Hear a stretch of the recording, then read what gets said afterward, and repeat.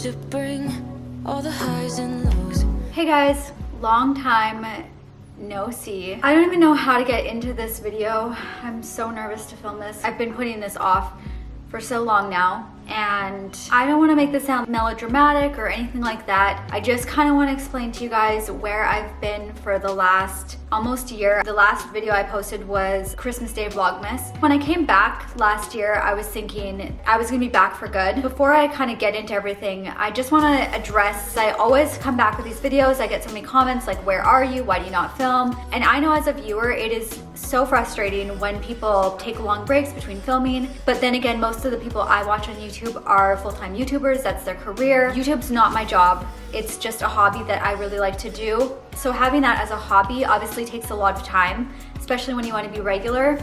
That all said, I don't want to stretch this out, but it kind of has a little bit of backstory. So I didn't just disappear from YouTube, I disappeared from Twitter, Instagram, literally everything. Full silence to all of my platforms that I'm not that active on to begin with, but it's unusual for me to be completely gone from a platform for that long. A lot of people messaged me on Instagram, some people sent me emails, people commented on the videos, tweeted me, wanting to know where I've been. And 2019 was literally the absolute worst year of my whole life. I don't want to cry. Oh, I don't know how to film this video.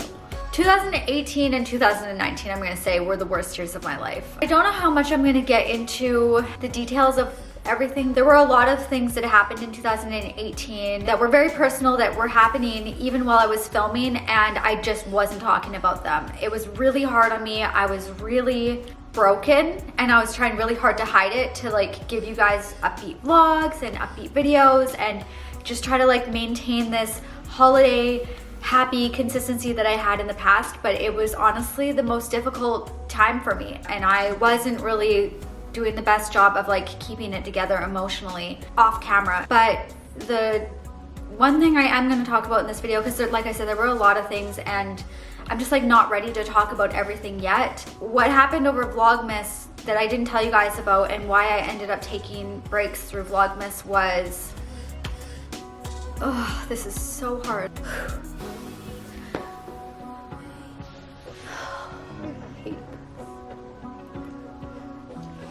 Okay, I didn't think I was going to cry. I thought I would be able to just like glaze over everything and be like, just not give too much detail, and I'm not gonna cry. I don't want to come off as like a baby, but this is so hard on me. So last year around Vlogmas, in the middle of Vlogmas, Chanel was coughing a lot.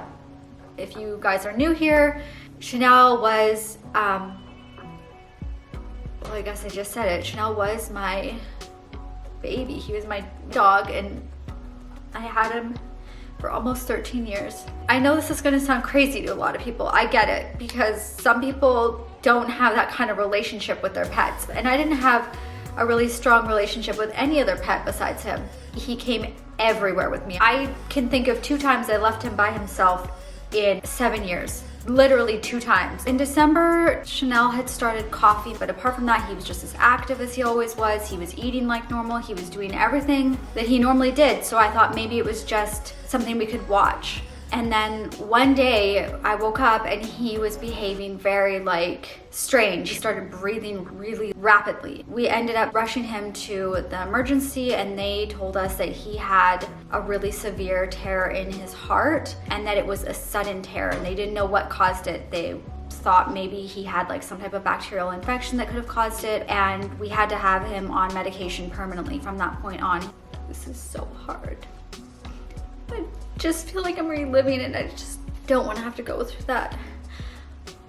Everything seemed fine for a long time when he was on the medication. I mean, initially it was really hard on me because he was not himself anymore, but then he got used to the medication and he was back to normal. He was active again. He loved going on his walks. A few months later, we would take him to the vet all the time to get checkups just to make sure everything was fine. They told us if whatever had caused his tear in his heart was not progressing, it wasn't an age-related heart problem, so So it wasn't getting worse, it was stable, and if we wanted to, we would be able to get surgery done to fix the tear. This whole time period was really hard on me because I had constant anxiety and fear every single day. So it was like, I just didn't want to film. I didn't want to be in front of the camera. I was so depressed. I had such bad anxiety. And like, when I tell you that my dog was everything to me, I loved him more than myself.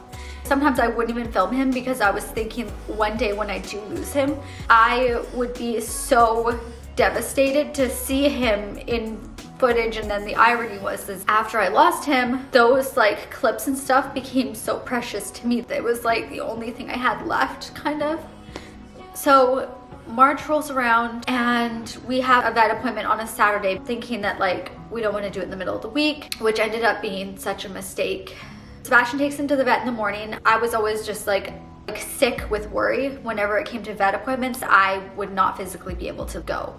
I'd be shaking and crying and just scared that they would give me bad news and I couldn't handle it. Sebastian took him to the vet, everything seemed fine. They did an x-ray, they're like, it's stable, he's looking great, he seems healthy, his weight's good, everything looks great. What ended up happening after was that the experience ended up being so extremely stressful for him that he had some type of attack out of nowhere, that just the stress of the situation ended up causing his lungs to fill up with fluid, so he couldn't breathe.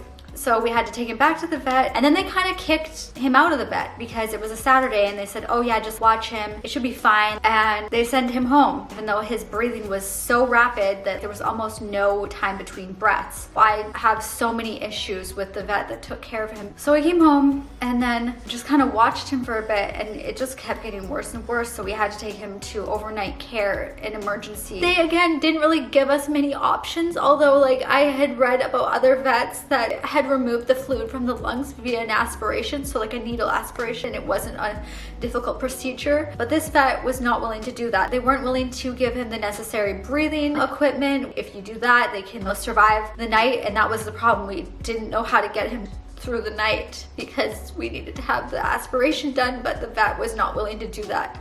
But they were also not willing to let us take him out of that vet to bring him to the vet that actually would perform the aspiration. So the vet that was nearby called them and said like, can we bring him over? But they didn't have the ambulance they used that will transport them with oxygen, so the vet wouldn't let us take him.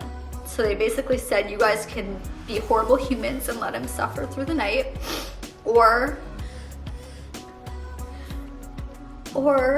you guys can do the humane thing and say your goodbyes. I don't know how to get this.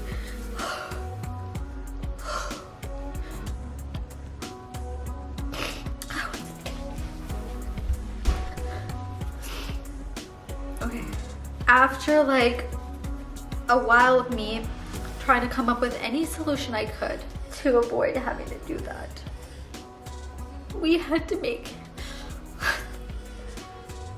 the decision to say goodbye. And I'm sorry to those of you who hate watching videos like this, because I know personally if I saw someone put a video in remembrance of their animal, it would just trigger so much anxiety for me. I feel really bad about talking about this because I know there are other people out there like me that love their animals like children. He was like my soulmate. After all that happened, the next few months were absolute hell for me. Like, my neighbor was fortunately in Japan, I think, or China, for 2 months. I was screaming at the top of my lungs like every single night, having complete meltdowns. I was on medication.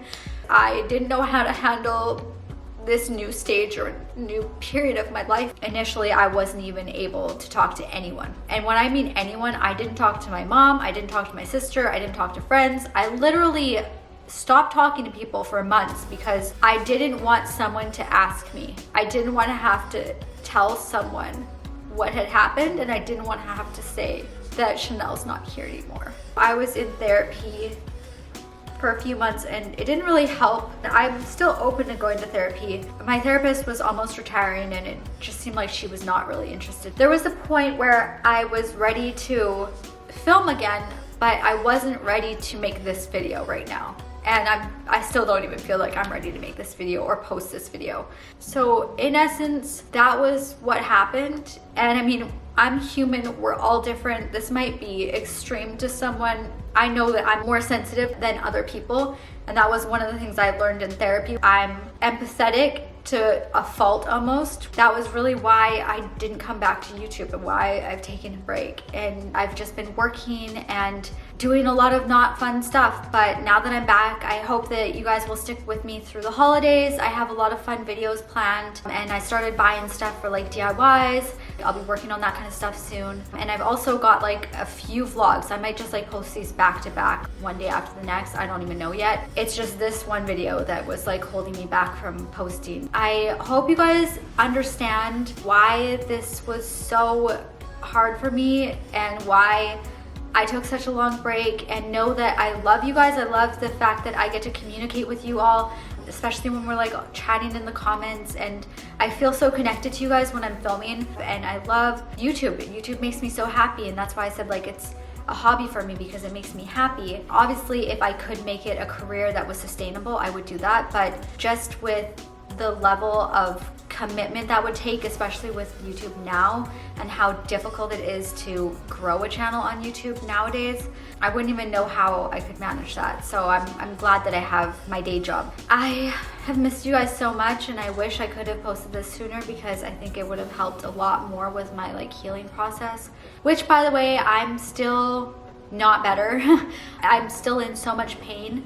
It's just that I'm at the point in my grieving process, I guess, where I can talk about it a bit more. I apologize if this video was boring or long or too dramatic or too emotional for some of you. I tried really hard to not cry. I just wanted to kind of express myself and then be done with it. And then I ended up going into way more detail than I had planned on going into. I will see you all in the upcoming vlogs, which will be a lot more lighthearted, and they'll be all like seasonal, which you guys know I love. Anyways, thank you guys so much for watching, and I will see you all in the next video. Bye guys. I'm a mess, just trying to guess my way through this. Just don't get enough of me.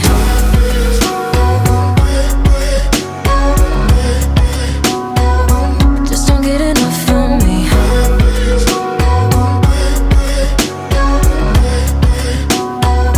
Just don't get enough of me.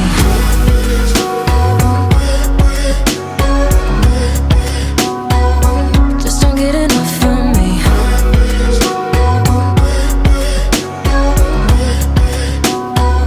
Just don't get enough of me. Worry way too much, got a policy. Didn't bring me luck, just the honesty. Now it's all on me.